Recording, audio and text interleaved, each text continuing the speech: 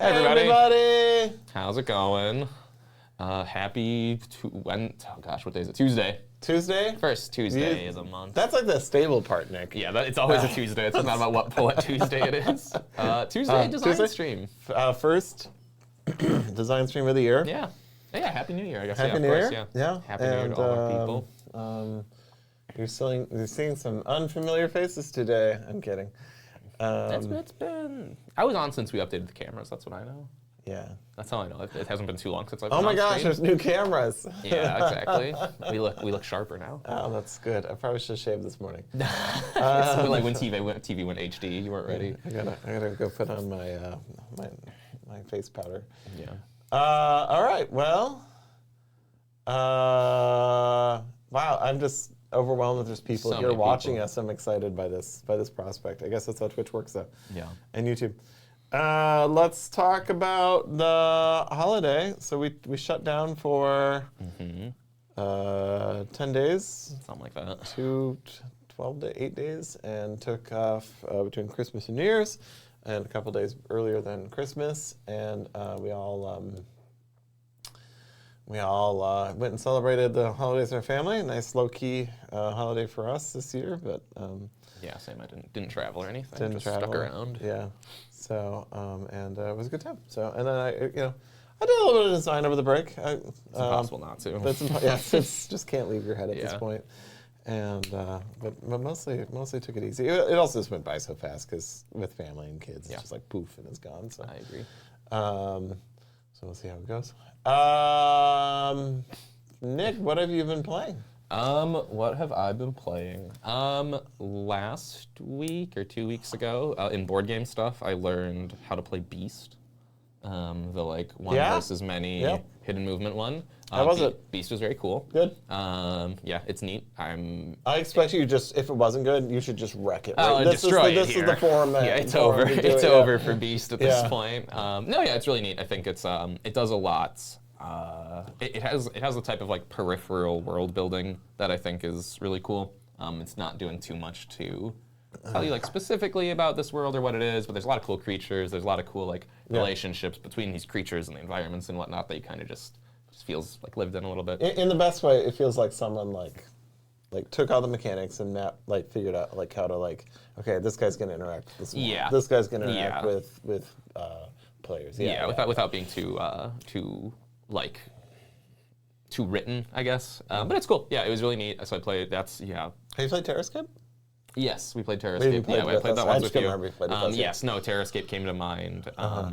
I've heard it's kind of maybe like Nemesis a little bit, which I've also haven't played. But related to it that I did play was I also played Kelp, which is also a two-player hidden movement stalking game. One person stalked, one person not. Kelp's really good. I've played it twice now. Kelp's a meme with annoyers. If you say Kelp in the board game chat, maybe 10 people reply with Kelp. We'll reply with Kelp. We're already getting one. Sure. So, Is that because do they like Kelp? Are they fans? No. I think it was when the discussion blew up about the counterfeits. Oh, sure. Then I just kind of got. I remember that happening to them. That sucks. But yeah, no, Kelp's really good. You should go buy a real copy of it and purchase the real version if you want to enjoy it. But no, it's really cool. Kelp, I think, is the two-player. I got like the Kickstarter deluxe version or whatever, and certainly it's a little eccentric, but that's nice. It's a really nice production. It is like at the end of the day, board games, you buy them because they're objects that you own. You get to touch them and whatnot. And yeah, Kelp's really cool. It has a lot of neat pieces. Little mahjong tiles are sweet. I'm a Beast backer. I have not gotten my. This was the second, second one. So I'm looking forward to it. Sorry, for more Beast. No, we should play Beast. What else have I been playing? Oh, and then I'll do two quick video game ones. I've been playing a lot of The Bazaar, which is like a deck building timer. It's kind of like TFT meets Hearthstone. It's really, really good. I've been playing it way too much. It's in like early access. It's made by like an old Hearthstone pro and whatnot. Super good. Really would recommend it. I'd say you heard it here first. I think The Bazaar is going to be huge this year when it comes out. It's going to come out this year. Its final thing, and I think it'll take the card game people by storm a little bit. And then I started playing Outer Wilds, which has been on my list for a long time. Like the 0G kind of exploration. Yeah. Where everybody says don't you shouldn't know anything about it. Don't, Right. don't talk about it. Oh, Don't okay, I'm even. sorry, I meant Yeah, zero G. you shouldn't even know that there's space. Yeah. Oh But my yeah, no, God. it's yeah. I would say with no spoilers, it's a game where you fly around a spaceship and you explore planets and you learn stuff about those planets, and it's really cool. It took a while for it to like get its hooks in me, I'd say, because I'm pretty gameplay forward. I'm pretty like, Yeah. I like when they tell me Peach is in the castle, you gotta get to the end of the level, that'll Right. get you closer to Peach. Right. Very not good at the like, dude, there's the whole world and anything. You just drift around in this thing and read things. Yeah, right? a lot of reading, Yep. which can be tricky. But yeah, it's really cool. I think it's tapping into, I liked Elden Ring a lot as like an exploration game because I was too bad at Elden Ring to fight the bosses. and like, as a fun boss yeah, game, yeah, like I couldn't do it. So it was this incredibly like fraught, cool survival game nearly Right. for me where I'm just trying to get by. And Outer Wilds hits that kind of like, you just get to places and you're like, holy crap, there's a whole city here and The whatnot. whole And that's, thing, that's always really yeah. satisfying. I would love to play Elden Ring because the stills I've seen have been like, I saw this like bonus level this guy got to, and it was like purple with like these like weedy purple plants like blowing in the wind, and I was like, oh my god, that looks gorgeous. But I'll never see it because I can't swing a sword. It's what you would like imagine. I think I said with Elden Ring, I was like, it's what you imagine video games could be when you were a kid. Really, you are just like, it's so big. There's just so much stuff everywhere. Yeah. I've been playing Marvel Rivals also. I'll say I saw Marvel Rivals in the chat. Yes, Marvel Rivals is good. It's just surprisingly good. It's the hero shooter with the Marvel license on it. It's Overwatch. It's Overwatch. It's Overwatch. It's Overwatch. It's fun. It's Overwatch, but it's better than Overwatch, so that's worth something. What about you? Anything new? Anything I'm in old? this peak rotation I'm in this rotation that's just feeding my soul. I have been playing for video games. I've been playing Against the Storm, which is the roguelike city builder, where you start a city and then you get it to the. It's like a Euro. You get it to the point where it's like, yes, all the production loops are working correctly, and now we're done. Yep. Now I'll move on to the next city, and I don't have to sit and watch the engine run because I don't need to wait to. Yeah. And so it's perfect that way. And I actually beat it last night. Nice. I was not. You're like your full run through. Nice. The credits ran, and I was like, "Oh, that was the end." Nice. That's always fun with those, especially with those roguelikes. You are like, I don't know, does it have an end? Sometimes you're not sure. I finished the level, and the credits came up, and I was like, "Oh, okay, that must be it." So there's 8 seals. You have to seal the storm back into the world. Sure. Or whatever, I don't know. The Lord. Whatever, you're doing something. Yeah. And I finished the gold seal, but there are 4 more seals. Okay, cool. So I could go back. Yeah, like Prestige going for the harder. And then run through it again. Sure. I so sandbagged the final run because you can save up requisition points when you start a run, and I had more than I've ever had in one level before, and so I just this is clearly the time. I'm going to blow them all right now. Yeah. So I've been doing that. I've been playing Astrobot for my just pure adrenaline, just let it out moment. Astrobot, for those who don't know, is the PlayStation-themed PlayStation platformer about a little robot running around saving his little robot friends that crashed in their spaceship that looks an awful lot like a PS5. And it's just great. It's like they played Mario Odyssey and they're like, we really like this, and no diss on Mario Odyssey. This is a fantastic game, but we just want to tighten the controls a little bit and get it a little bit faster. And then I have been playing this game called Thirsty Suitors. Oh sure, I'm familiar. Yeah, which is about it's like a mashup of a skateboarding JRPG, kind of like Persona, I think, kind of fighting game, where it's like you're fighting, but it's like you're just yelling stuff at each other. You're not really hitting each other, except there is metaphysical and a fan of basketball flies out or something like that. Totally. And then it's that, and then it's also like Cooking Mama, because you go home and your parents will teach you. The character is Indian, Pakistan, and so you'll learn Indian dishes from your parents. That's fun. Yeah, in the cutscenes, or not the cutscenes, but when you're at your house in the morning. That's cool. And it's really fun, and it's kind of like Scott Pilgrim. It's like a person dealing with former past relationship trauma in a very Those are the eponymous thirsty suitors. Yep. And then you have to fight your ex boyfriends and girlfriends off one by one. Cool. And it's kind of fun. Yeah. So that's what I've been playing. And then for board games, Spirit Island, of course. Yep. And I've been playtesting my own stuff a lot, so that's in there. And not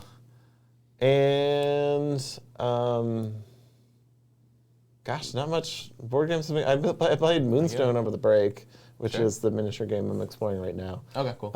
And it's like Renfest, you know, like the highest level, like fairies, like and trolls, like that kind of like real true art style. Yeah, fantasy, high fantasy. Yeah, it's them fighting each other, and it's pretty fun. And it's the biggest the game will get is 6 models on 6 models.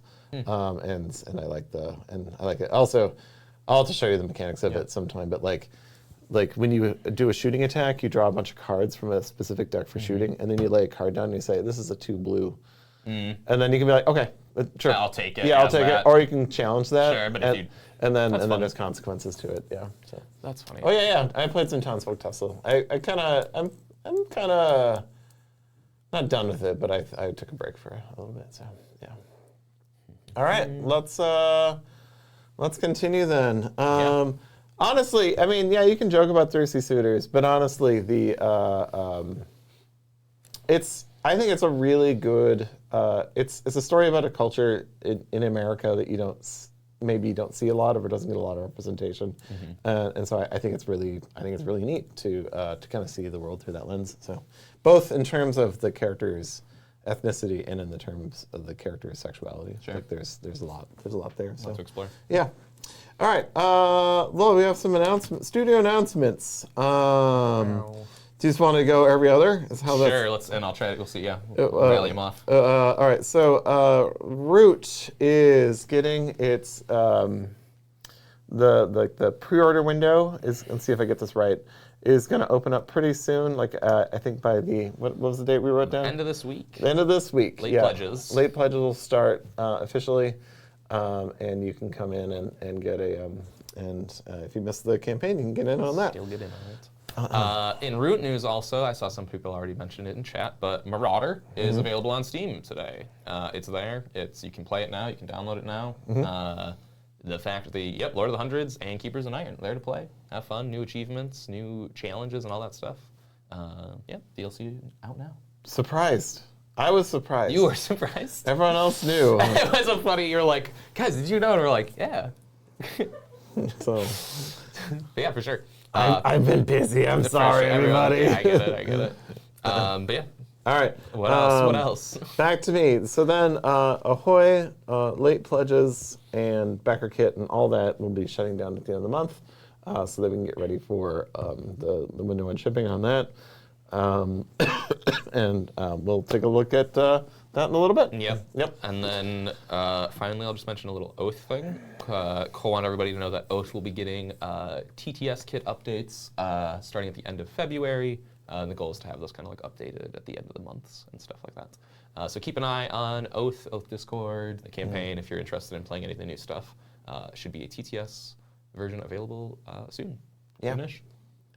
Can we get a link to Ahoy late pledge? Person that's watching for me. Probably. Cast my spell at chat. See if I can do it from range. See if that happens, yeah. There should be able to be one there eventually. Fantastic. Those are our 4 announcements. I believe those are the 4 announcements as well. Yes. Somebody will hit us if we did good. We did good. So let's take a look at what we got in front of us right here. Yeah, so we have the Ahoy MPC came in. We got it. It came in like right before Christmas. So if you want to switch to the top-down cam, bonk, sweet. Here Can it you is. see my phone right now? Almost, yeah. So your pin. I'm always looking at my bank account. Oh yeah. So this is it. This is the suite of products that we launched last year on Kickstarter and did the whole thing. You'll be getting, the 4 boxes you see here: Ahoy, Rivals, and Renegades, Fang and Fortune, the upgrade pack, and the small treasure pack. Gonna go through these like kinda a little bit. I guess we'll pull out some of them. We'll pull out like the screen printed pieces and stuff. Show people kind of what they're looking at. And so what are we looking at here? Exactly. What is this? So yeah, thank you, Patrick. So Rivals and Renegades, this is the one of the expansions for Ahoy that will be coming out later this year. And this adds 2 new, a new military and a new rebellion faction. So if you have the base game of Ahoy, you can purchase Rivals and Renegades, and you will get access to now playing as, instead of just the whales and, I have tokens everywhere. Whales and sharks, you will get access to, these have been opened already. The whales and turtles, my goodness. And more importantly, besides being the Rivals and Renegades, what is this? This is an expansion. This is the MPC copy. Oh, the MPC. Sure, Yeah, sure. yeah. I'm sorry. That's what you meant. Yeah. The leading question was missed. Yes, this is the MPC for it. So yes, these are not, these aren't in America yet or anything. These are still being produced. This was the MPC that we approved recently from the factory, so they can start getting all the stuff made. But you'll see here. Man, you're just hitting that frame. I know I was pretty good for a bit there. Yeah. Yeah. Genius. You'll also see that the expansion comes with screen-printed wood meeples. This is something that's different from the base game because, oh boy, his brain can't do it now. I was thinking about it too much. And these are also printed on both sides, you'll see, which is very, very fun and deluxe. And the reason we did this is because if you're purchasing Rivals and Renegades, as well as being replacements for the factions for the base game, you can as well play team mode, where you can play both blues versus both yellows. So we needed to screen print the wood so that you could distinguish between them when you're playing the yellow player on the map. I need to know that I'm the turtles and that you are the mollusks and so on. I did actually know that. I'm just playing along. Please, you're doing great. Please keep doing it. Oh my gosh, my brain! I can't. If I look at it, I can't do it. There we go. Yeah, so you got little cool launcher boards and things like this. The turtles are awesome. I think they're... Just hold the controller upside down. There you go, yeah. I think they're maybe my new favorite faction to play. I just think they give you a fresh... the range changing every round and whatnot gives you kind of a fresh puzzle to mess with. Yeah. That I find very exciting. Or frustrating. Or frustrating, depending on how you roll. I guess I'll keep these wood ones out. I'll pack them all back up in a sec. Let's put the other wood next to them as well. And then, Fang and Fortune, which is the other expansion that will be coming out. Also an MPC, to be clear. And that's manufacturer's proof copy. Yes. Yeah, I've heard two things from, but yes. And that's the copy they build in the workshop to prove that they can make it in the They're factory. capable of doing it. Move these all down. Whoosh. Replace them with the Leviathan. Very cool. I think we need an official ruling from Anne about what the M stands for then. I think that's the only question. Is it mass? Is it manufacture? I think I've heard both. That's the only. And then here you'll have the Leviathan and the Coral Cap Pirates, again, with their screen-printed pieces. I'm really happy with how the Coral Cap's frigates came out also. The icons on them and stuff were a bit tricky to make sure they were all going to work how we needed to, but I think they came out pretty sweet. We got a Leviathan consultant in to look at the Leviathan. That's a good one. To make sure we got the right Leviathan. Yeah, exactly. And Rivals and Renegades then, or sorry, Fang and Fortune then obviously adds the Leviathan and the Coral Cap Pirates, which are substitutes for if you are playing in the 3 and 4 player game. You can now, instead of playing as smugglers, you also have the option to play as the Leviathan or the Coral Cap. I also have coins here. Yeah, Patrick, rifle through there for a sec while I pack up. Show people what's going. Yeah, just get up in there. Got some dice. There's these cards. Look at some more stickers. Getting the dice was a big, the dice matching, so that they're like the base game ones was another big production thing that we wanted to make sure we got right for everybody. So that 2-layer board. so That's feels pretty the nice. same. Yeah, good. Yeah, exactly. Still dual layer boards and stuff like that. A lot of the expansion factions even have what were kind of just later called like bonus boards. Yeah. Little extra pieces of player boards that were needed for them to communicate the rest of their information. So those also got all the deluxe Such treatment. as this little guy. Yeah, that little guy, the Leviathan's big snake body track and stuff. And then also we've got here the metal coins. Who would have foreseen we'd get the wrong player board size? Yeah. In the in the midst of just doing. Just keep it there. Leave it. Well, yeah. Boom. Here we go. Coins incoming. So we also got the coins. This was the first time we were able actually had like 20 of them together, which was awesome. So these are sweet. This is enough reason just to get in on it just for these, I think. But yeah, the metal coins are great. They're hefty, they're loud, they're double-sided, obviously. The wash is great. I think they did a great job translating the punchboard piece into that. And then, of course, with that, I'll just throw these on top of it, half-half. This is a good-looking wash. you also will get your upgraded base game wood. So these are the upgraded smugglers, now with a, their sails featuring, their kind of features the octopus one and the hook guy. And the hook, yeah. The shark boat, which now really emphasizes that shark jaw on it that I loved, which was one of my favorite parts of the boat always. Little strongholds look great. And then, of course, also, you gotta have the mollusks. We're gonna get their 3 also screen printed pieces. So really just a whole bunch of stuff makes the game look just awesome on the table. I'm very excited to see photos of it and whatnot when people actually get to get all this stuff together. And again, if you were one of the backers on that, that all-in, whatever the pledge was called at the time, all this stuff is included in it. The upgraded wood was something we decided to just add on and whatnot, so that is stuff that everybody is just getting automatically with that. Lastly, there is, I'll slide in the frame here, the treasure pack. Treasure pack is also cool. This is kind of that small expansion. For a lot of our games, we've kind of more recently found that we like to have an additional small product that you can kind of use to just supplement your game when you'd like. Here we go, Patty, coming in. Mass production.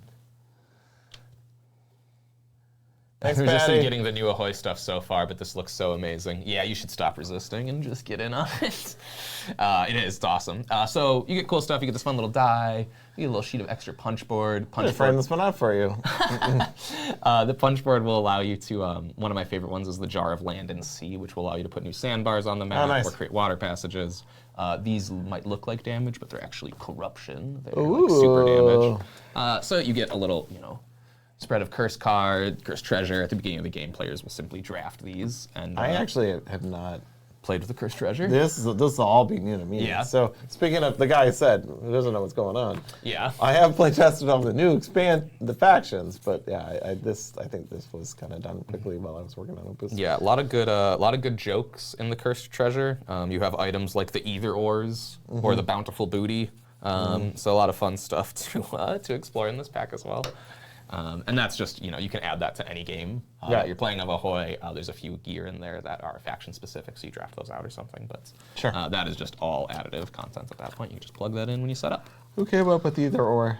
Either ors is Kyle. The either ors is a Kyle Farron original. I should have written that down. Yeah, and then been like, okay. Yeah. Well, the either ors was one that was a name first power. The name happened, and I was like, well, sure, we'll make something work for that. Well, we can. Let's be Kyle Farron. I should probably make something work just for that alone. I can recognize a dad joke at this point. Yeah, exactly. But yeah, that's kind of the status, at least of all the Ahoy stuff. I mean, you guys can tell, all the stuff's produced how we want it to be. There were no large changes or anything that we needed to communicate to the factory. That was all pretty hunky-dory. And like we mentioned already, the late pledges will be closing at the end of the month for this stuff. So if you are interested in getting in on it, you still want to get it as early as possible, you don't want to wait until it hits retail, you can do that. And this is the best way to do it. You'll get the best deal on it as well. I'll just slowly pack this stuff up, but what else, Patrick? Oh, sorry. I was getting updates from the Slack about if we did all our announcements right. Yeah. You fools! Getting the live updates of what we're doing wrong. Who's pounding on the door right now? I'll take those coins. Yeah. My favorite part about today's broadcast is that there is a fellow down the hall with a sawzall working on our plumbing also right now. So if you hear any, I feel like he's done. He's nearly done. Yeah. But that was happening. Good question in the chat. Are the patrols the same meeples for both blue players or separate? They are both called patrols. They are the same shape, even nearly, but they are screen printed differently. The whale ones are screen printed with white, while all of the blue twin squadron stuff is painted or screen printed with that kind of light blue. So as well, you'll be able to distinguish whose patrols are whose, which is relevant for other gameplay things. When you actually get it to the table, you'll see. But yep, those are as well screen printed both sides for both factions. All right.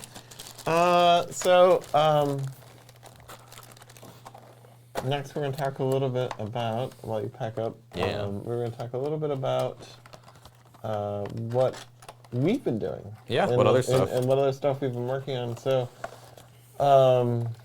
Cole and the creative team get the very exciting job of completing the things we promised would be completed. and they're doing a fantastic job with it. And Nick is working on Root some. And you've been called in to do Oath stuff too. Yeah. I, of course, I had the blessing of getting to divide my attention between two fields right now, and which both are going very well. Creative, Cole's running a good show, and Ted has been running operations very well. So not a ton of direct interference, but so I've been kind of projecting out like what I want to work on over the next couple of years, which I've been doing for years, but I keep. I've just been I've worked on some stuff, and we always get to a point where I'm like, either I'm frustrated with the design, or it's not going to be viable for us. Sure. So look back at like Block, and we did have some questions about what format the game was going to take, because we tried an symmetric version of Block, we tried an asymmetric version of Block, and then it just turned out Block was just going to cost too much money to produce. Sure. Anyway, so I was like, well, there's no reason to have to answer this question now, because we won't know. Sure. And then and then recently we did get a lead on somebody who can maybe print it cheaper. So we've been talking to them and seeing what they're thinking would be a price for it. So So I at PAX U I did kind of a long look at the industry and like what's been coming out this year. Did you know Heat's getting expansion? Another Heat? Heat, yeah. Another one? Yeah. No, I wasn't aware. Called Tunnel Vision. It'll be out next month. That makes sense. So I took a long look at what's going on in the industry right now, and I took a long look at my own portfolio, and I had been working on a game called Opus for probably about 6 months. And Opus was a fully co-op, kind of a deep strategy game where the players were all robots trying to prove their humanity or their willingness to work with humanity long enough that they'd get assigned to a space mission to go start a Mars colony for humanity. And it's a weird pitch, right? I mean, I think you even said it's a grabby pitch. But like. I just didn't see it taking off as large as some other titles. So I think the pitch had there were some questions about how sincere the pitch was in terms of its like narrative. Right. Is what I would say. Yeah. And I think that was one of the trickiest circles to square for it. At least from my side of it, was the like, is this a meaningful exploration of what it means to live or be human and whatnot, or is it supposed to be a robo-rally funny stuff happen? And those things are obviously at difficult odds. For me it was always going to be the serious. Sure. And then everyone else was like, well, what if the robots were on fire and then they're running around the lab? And I was like, well, that'd be tragic. I do still think there's place for a serious. Yeah. But what is that? Yeah. It's a trickier game to have somebody contemplate life. Yeah. What does it mean to be human during their gameplay? But there's games that do it. There's The Troubled Life of Billy Kerr, and there's The Unconscious Mind. I don't know how serious that game is. Yeah, me neither. I have not taken a look at it yet. So we had a little bit of retreat at PAX U, where Ted, Cole, Kyle, and I kind of talked about the direction of what I was working on, and like looked at my other 2 projects. I also pulled out Blood, which is a game I worked on a few years ago for a couple weeks, and mostly partially because I wanted to refresh my memory about Castle Blood, and partially because I wanted to see how I felt about it now, and really because I've had ideas for it and I wrote them down, but it just gave me some time to actually translate those ideas into to document those ideas so that they wouldn't get lost if we ever did come back to Blood. And I would like to come back to Blood eventually. It's just going to be a much larger project than we've worked on in a while. So, sure. Probably Arcs is actually probably that size too. I was curious. So you much larger. I was like larger than. Well, I meant for the product profile though, to have miniatures and to have boards that fit together and things like that. I think it was going to be a lot of work. And so so we shelved that, and then so now I'm reopening investigation into Path. And I've kind of Path was a game I worked on 2 years ago that was going to be an open world adventure game, and I think again like with Opus and like with Block, like I never like I was just exploring a space, but it didn't like land on a central conceit for the design. And so to me, the like conceit of this new version of it is that we'll focus much more on the story and much less on the turn to turn. I have a crowbar, I can do this. Sure. I have a magic sword, I can do this. Like, and so focus much more on like, because you flowed through this part of the story, now you can go on to this part of the story, or you can continue with this part of the story. And do you mean that more? But have it generate the stories in a way that's not like I'm just reading from a book going, blah blah blah happens to me now. X is going to happen, but more the way that we build stories, where it's like. Do you think you want? It rises from the mechanics instead of the design. So I've been working on that, and I think I have settled on a way. I'm also, you know me, I focus a little bit too much on early on, I focus a little bit too much on the mechanical pitch of the game, and so now I'm working on the very highest level of, I'm working on the very highest level of the game, and then I'm forcing myself to only work down as I work on the game. So, and then letting each layer inform the design of the next layer as I go down to the mechanical level. And I think I've touched all the way down to the bottom, and I can see every piece, and so now I just got to decide if that's how I'm going to build or not. Sure. Pro Spiel's next weekend, so I got a bit of a haul ahead of me. It's next weekend or something like that. Yeah. So I got a bit of a haul. 2 weekends from now. So yeah, I think that's right. Yeah. I've set that as a goal to like have a prototype ready for, but that's a good goal. That's more just like. Gotta have a date. Gotta have goals. Yeah, gotta have a date. gotta have a date. Gotta have it. I feel that. So I've been doing that, and then the other thing that like, so Kyle and I had a meeting yesterday, and we talked about like, here are 4 potential themes for the game, to kind of give them the like, if the narrative is going to force in, or if the setting's going to force any sort of juice into the mechanics or into the setting, or any like color to how the game is built, then we need to get that taken care of now. So I've been working on that. Do you think you want it to be forward? Are you trying to have, these are your hypothetical right now. You got to pick feet to the fire. Like, do you think you want players like, reading like anything really, or are you on the like? I just recently Cole had like Arthurian Legends on the table. Yeah, and that's on top of my mind, of course. Yeah. Just in terms of a type of story game. That's one type of story. And game. I do like that. I haven't played Arthurian. Yeah, right. But I can assume. But I like Arabian Nights. Yeah. And I do like that style of game. I think that is fun. But I do not want any. I think like all of our games, I think the most Arcs. You do have to. There's that card you get. And that has stuff on it, but like that's rules. That's still not flavor text. Yeah, no, I mean I don't think. I do not want any flavor text. I want the players to generate the story themselves. Yeah, I hold nothing against a game like Arthurian Nights. Or Arabian Nights, beautiful. But yeah, it's you have to be I assume never made one. I assume you have to be a person who's like, I want to just like write a lot of story. Yeah, literally like that has to be your driving impetus. I feel like to make one of those. I was looking at the Arthurian Nights thing and I was like. Oh, I mean, yeah, like a writing exercise. It's like you can do this game, but you got to be comfortable just writing. Right. I don't even know 30,000. I have no idea how many words. Tons. So. I'm curious who wrote those. Yeah, I don't know. Is it all one person? Was it the designer who's like, I got this all? Or do you just like because it's branching? You're kind of like, hey, I want him to like go to a merchant. Can you write a fun merchant? Can you write all the guard entries? Or something. Yeah. I want a little thing that spins off there. Yeah, really curious. The guard's the joke because in Arabian Nights you always get in prison, and then the guard is like.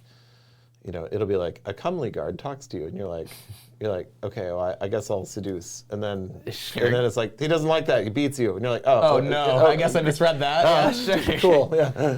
So that's funny. The second game, where? Opus. So I've been working on Opus, which is a game about robots. Oh, Tales of the Arabian Nights, Tales of the Arthurian Nights. And Arthurian Nights, yeah, there's a new one. And is Nights spelled with a K? With a K, because they're clever. Yeah, okay. Yeah. Speaking of which, I've also been reading, I'm getting ready to run Triangle Agency RPG, but I've also, I had Cole's recommendation, I've been reading Pendragon, which is an Arthurian role-playing game. Sure. So, yeah. Very different approach, where like the stats are like the knightly virtues, instead of like, I'm strong. It's like chastity and honor and bravery. Yeah, and how those plug into all. And it's opposite. So chastity has versus lust. Yeah, sure. And so your character can gain something from either of those. So, yeah, that's cool. Yeah, Arthurian Nights just came out from WizKids. The guy who made Arabian Nights really wanted, like, he doesn't have the rights to it. I'm butchering the story. So he was like, I'm going to make a new one then. So he made Arthurian Knights.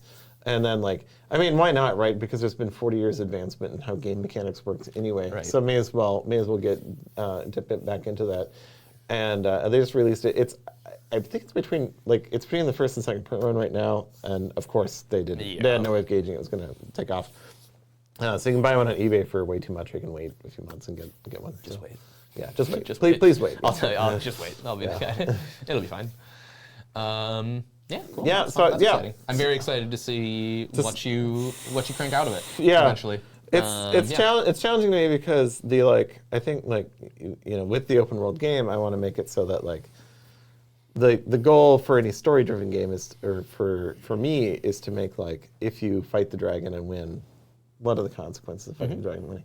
But also if you fight the dragon and lose, I don't want it to be. I think the old path and a lot of other games had this we lost, and there's nothing happens. Sure. Yeah, or something devastating happens to you. But I want to have it spin in a way that it's okay, I lost, but now I need to the world changes in a way that I can respond to and get back to.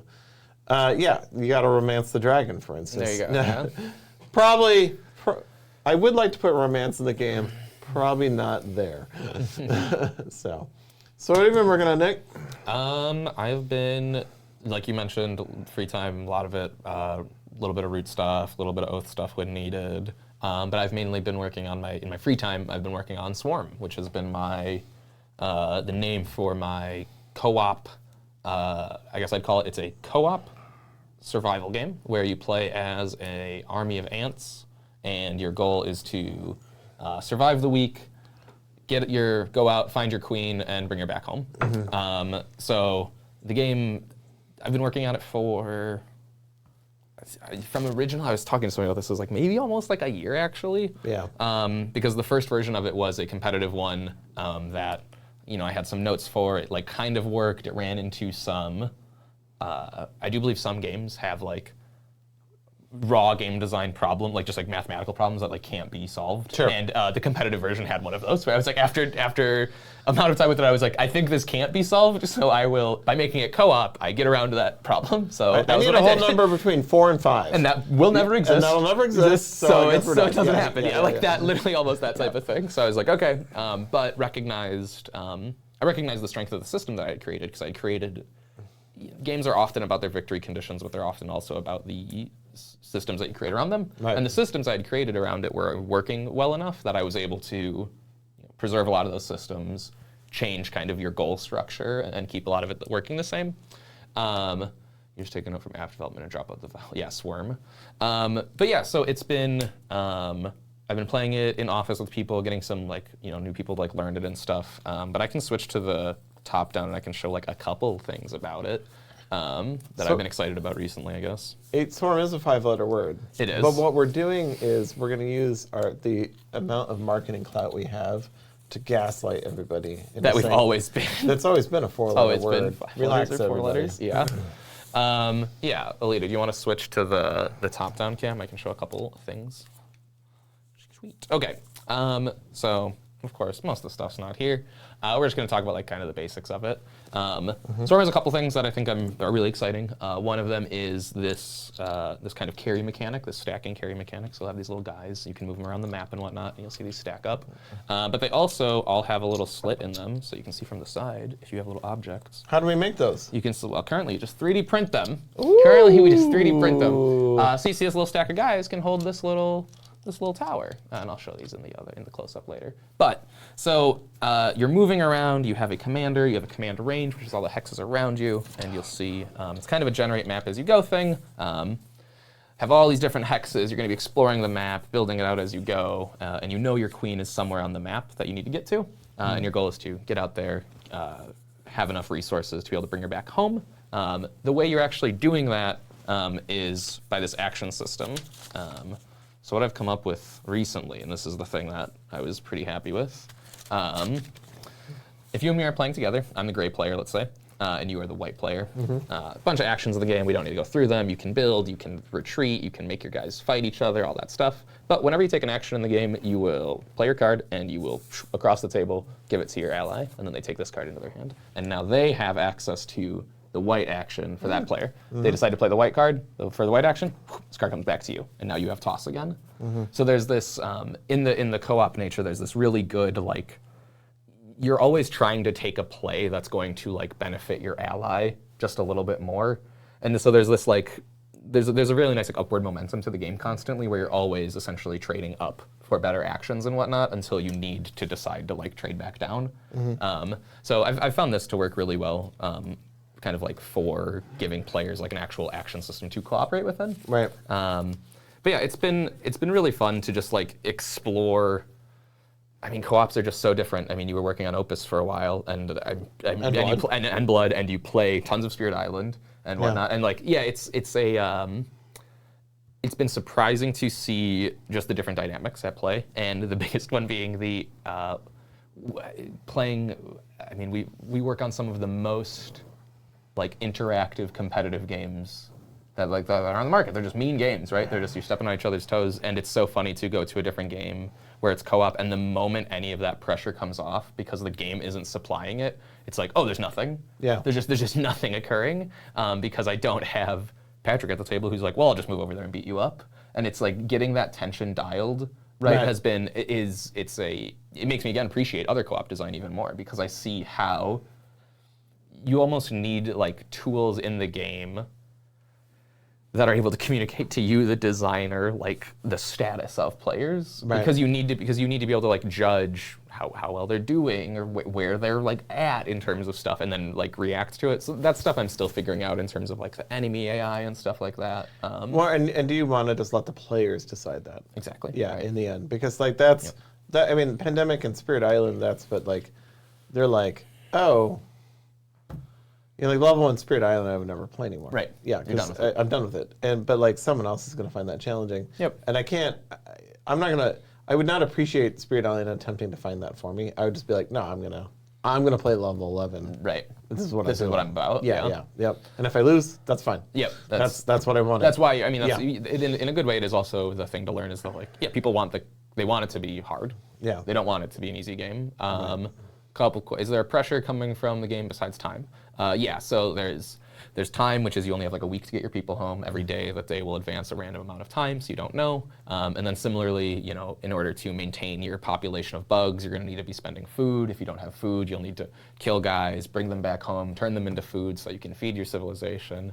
There's also enemies that'll spawn on the map, essentially just like tower defense style. They spawn, they're just gonna start walking towards your home. If they ever hit your home, they're gonna eat some of your food. Bugs lifestyle, I guess. And so yeah, a lot of just like little, and you know, talking about co-op design, that's the thing you learn too, is you need 15 knives to threaten the player with. So the moment they start like getting far enough away from one knife, they're like backing into another one almost. So I found that to be tricky, how many walls you put up. I found the weirdest counterplay in Against the Storm last night. I'll tell you about it. Okay, yeah. I was like, related. I was like, I'm 200 hours into this game, and I just learned blah blah blah. I can do a whole. And I was like, oh no. Will there only be ants? You are playing as ants. I mean, this is a development prototype game. You know? So currently, you play as ants, and the things you run into are various enemy bugs, spiders, centipedes, scorpions, whatever you might find. What are we talking about? Opus, Swarm. Yeah, we're talking about Swarm, Arcs. Yes, Arcs is awesome. What theme do you really want to make for? What themes do you all really want to make a game for? I was thinking about this the other day. I just don't want to do root or space. Sure. Yeah. I kind of want to do a Western. I think Westerns are back. I think Westerns are rotating out of popularity. And they'll be back. And I'm ready. And I'm like ready to like be on the ready to go do it, I think, type thing. Yeah. I didn't see the fire behind us until now. So it would be awesome. So those of you know Kyle Farron very well. During art school, he did these like 2 panels of like just a bunch of character design. And one of them is Cowboys. Yes, I know the one you're talking about. And you can get a T-shirt with it on it, which I own. And there's also a pirate one, but it's not Ahoy pirates. It is still another style of pirates. Yeah, so kind of part of the pitch for Path for me right now is I kind of want to do this like fantasy, like kind of manor homecomings version of it, where the characters are all in the same family and they're trying to rebuild their like legacy. Sure. But then it kind of was too far from open world, and that's a decision I got to. Place at a house. Yeah, it's at a house or in a town. Or a then the world. scale changes a little bit. Sure. It's like I don't want to decide. And then also it's just a very complicated pitch. But then Kyle and I have been talking about like maybe the dark universe, so it's like your villains in the underworld exploring, or maybe is there like a like kind of somewhere between Gamma World and D&D, a kind of like like a Thundar, the barbarian sort of like like there's cybernetics and there's sorcery. Sure. I don't know what Gamma. What was the other one? Gamma World was it was like an early offshoot of D&D. Okay, gotcha. It's set in a post-apocalyptic world. That was like you could fight a 50-foot tall mutant penguin with cybernetics, sure, or just get poisoned with water. So questions for Patrick. What kind of genre of games that you haven't done? I'll read them aloud. What genre of games that you haven't done or fiddled with would you guys like to eventually dive into? Not themes, but genres, as in social deduction, worker placement, team-based? Well, I think Cole's been working a little bit on a murder mystery off and on over the years, and I think it's further along than he fully reveals. And I have last summer I went back to work on my because I've just been experimenting a lot, and I've gone back to some of my older designs. So I brought up a trick-taking game into the office. I think you and I both brought trick-taking games into the office last summer. Probably. And then I went back to one of my economic designs and kind of found a nice stable theme for it, and worked on that a little bit. And that game's a little bit like a train game in that you're building up your capital infrastructure, but it's not about trains. It's about factories and harvesting goods and building goods out of it. It's also has it's not asymmetric per se. Like there's no rules that are different between you and I. Yeah. We just start in very different positions, which causes the asymmetry. Interesting. Yeah. So would that answer be like Euro business game? Yeah, for that person's absolutely. question? Yeah, absolutely. Euro business game Euro kind business of thing? game. Euro business game. With a dash of meanness. For me, something I'm interested in, I think worker placement games should be cooler. So I would want to do a worker placement game. That's my soft of it. I think worker placement's an awesome mechanism that hasn't seen a cool spin on it in a while. It's interesting. I was thinking about this in the context of your work and Cole's work when I was getting ready for the stream, and my work as getting ready for the stream. And one of the challenges I think the studio has created for me is that because we kind of talk about Euros, we don't look down on Euros, but it isn't what we do. Yeah, at least right now. And so there's but Euros facilitate a lot of conflict. It can be Oros Labora, and you're just trying to make wine, or you can try to survive. I mean, you're trying to survive. You're trying to farm, right? You're trying to feed your people, or it can be, or it can be who's the best surfer, or it can be who has the best garden, or it can be there's a lot of just the pursuit of victory points allows you to plug in a lot of different themes. Yeah. And we haven't engaged with that. Yep. And so that means then that a lot our two best-selling games, Arcs and Root and Ahoy, are about very imperialistic or colony. We're fighting each other for resources, and that's what we're going to stick to because that allows that high level of interaction. But it made me kind of sad too because I was like, well, I've had some games with relationship components or romantic components to it, and I don't see us putting that into. And you can say well, you can get married and blah blah blah. And right. Technically, you can get married. That's just a business deal. Yeah, you can get married in an oath. You can. Yeah. That's just a business deal. That's not a romance. So, it's been it made me a little bit maybe I need to figure out how to get back to some of those moments. So, and Path might be maybe you can get married in Path. I don't know. Yeah, I mean, it depends what you want the focus of the game to be. What is the and in that way? No, I want everything. What is the game of it exactly? Right? Yeah, because there are some things that are sometimes so pure and easy that it's I mean, when people are what's the game of Swarm? You're it's picking up stuff and getting it home. Yeah. That's it. At the end of the day, it's that. If you boil all the stuff out, it's that. That's the thing. Root, I think, is the most Euro-ish game we've done. I would agree with that. Certain factions tie into it more. Certain ones are engine buildy. Certain ones aren't, for sure. I mean, but Fort is. Fort's honestly fair. It's mechanics that turn into points. Yep. Yeah, no, Fort's Fort's a Euro video. Nothing wrong with it. No, I like the game. Yeah, I think I think Fort's also. I decided to publish it. So. Pretty fair to be pretty Euro-y. Any other questions here that you're interested in? Also taking a peek at the clock. We're good. Yeah, that's what I was doing. Have any fantasy term for someone that gives you gas in the tank for developing it? I don't understand the question entirely. But if it's about like what type of bug world is it, certainly I think that's stuff that you're privy to having more fun, cool, creative art conversations with Kyle about your theoretical stuff than I'm allowed to steal from him. But that is stuff where I'm like, I would be very excited to see what type of spin or something Kyle would want to take on. You know, I don't. Do I think it's like literally an anatomical ant in a kitchen that's like a real? I'm like, I don't think that. It's probably not the theme, right? It's a cute guy. It's a cute little guy. He's like a part of a it's a wizard ant or whatever, right? Like I do think there's a lot of, you know, he's like a D&D class. He's like an armor beetle. So he's like, I think there's cool stuff there for Kyle to hook into and add to and whatnot. But I do think the core of it has been pretty solid for the scale of everything is at a bug scale at this point. I really have done a lot of stuff to that. It would be pretty funny to change it, but could change. All right, I'm going to try and answer the question in my head. So someone has asked twice about and thank you for asking again, about where Clockwork is going. I don't have an answer. I don't have a solid answer for that. I know that I've been in meetings where we've discussed where Clockwork is, what's going to happen with Clockwork, and I might know more than I'm letting on, but it's still a thing that we need to discuss. Can you scroll down a little bit? Thoughts on Arcs RPG? Yeah, I'd love to see an Arcs RPG. There is a form on our website for submitting projects like this. That is one of the things I've been waiting to see on it, and I think it's even suggested on that page. Instead, I get people incorrectly submitting game submissions and printers contacting me. But yeah, I'd love to see that along with all the TV series. I imagine could work. I'd like to see all that happening. Have you considered a campaign expansion for Fort?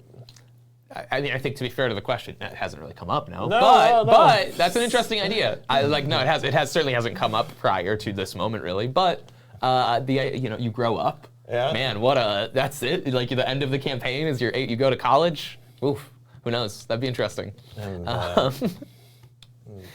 Bitsy's holding two real dogs or something. Yeah, oh boy. Yeah. Oh boy, all right, I'm gonna stop. I'm gonna cry, all right? What skill sets would I need to work at Leader Games? Like a little bit of, I don't know. It's just a job. Like everybody here does different things. Squat 500, we bench have, 250. I mean, Ted worked at H&R Block helping people do taxes for a number of years, and now he's really good at doing taxes here, so. Apparently Nick prepared by squatting. You do have to be able to squat 500. Yeah, you have to squat 500. Like a clean. Yeah, that was a tough one. I'm gonna be 50 in a couple months, and that's gonna be rough. It's gonna be tough. We'll see if we keep Patrick around. We'll see if he gets through it. If you want me to retire, fantastic. Cool. Any plan for ARCs for the next 2 years? Not going to talk about that yet. Bat Dev, I'm not going to talk about right now. Yeah. It is going well. I'll throw a thumb at it. Bat Dev, thumb. It's going well. Yep. I would like to see the new one. I would maybe. He just kind of recently. Yeah, if you could just post it, that'd be great. Yeah. Fort Rival School. I love Fort. Sure. Fort. Yeah. Do I play any old games? Okay. I will get into this question. Yeah. The rats on the occasion that the rats are released onto Steam. Mm-hmm. I was reading Burning Banners, which is a straight hex fantasy world hex war game, and the way that it handles the rating cultures in that game, I was like, "Damn it, this is cool." Yeah, this is cool. I mean, I like the rats as it is, but I was like, this could be another faction in here. Yeah. I was like, oh yeah. So basically, they have every time you take over a city, you can raise it immediately and get money, but you can only produce new units at an intact city. Mm-hmm. So your decision is: do I destroy this and get the money, or do I keep it and have a place I can produce troops? But every city you control at the beginning of the turn costs you money because your people don't know how to police the city. Sure. And if you go bankrupt in that step, you lose the game. Interesting. And it's it's more nuanced than that. But yeah, that's like the gist of it. the crux. I was like, damn it, that's so good. You don't need a software QA guy. No, not at all. Yeah, of course. I think that like us in campaign. I mean, that's something I've always lobbied for in the creative direction on the company. Is like, I think that was one of the interventions that I wanted to do when I built the company. Was I always felt like campaign games previous to us, and not because of us, but like. Kickstarter, I think, finally gave that enough runway that people could explore how to do a campaign properly, but I always felt like a campaign prior to like Pandemic Legacy was just like the next game didn't impact the previous game didn't impact the next game enough to be interesting, and so I think we're finally now getting to that space where like one story is being told throughout. Like I just remember like Descent Second Edition would be like, and I have some points to spend on your character next and game. You're like, sure. All right, great. Yeah. So cool. Well, I think we're just about out of time here. Yeah, seems like it's about that hour. Yeah, so we're looking good. Okay, I have some more messages. Nope. Okay. Root music, Arcs music. Yeah. Great chatting with everybody. We did all of our updates, all of our messages. We did everything. Do you want to repeat them one more time at the end of the stream? Brooke is really proud of us. I can feel the pride beaming through the building. Yeah, go for it. I'll hammer through them again here. Real quick, end of the stream one more time. Marauder, out today on Steam. If you want to go play it, go download it now. You can play as the Lord of the Hundreds and the Keepers of Iron now. Root, late pledges are going to be opening at the end of this week or so. Pledge Manager. Yay, proximities are good. Ahoy Pledge Manager will be closing at the end of the month.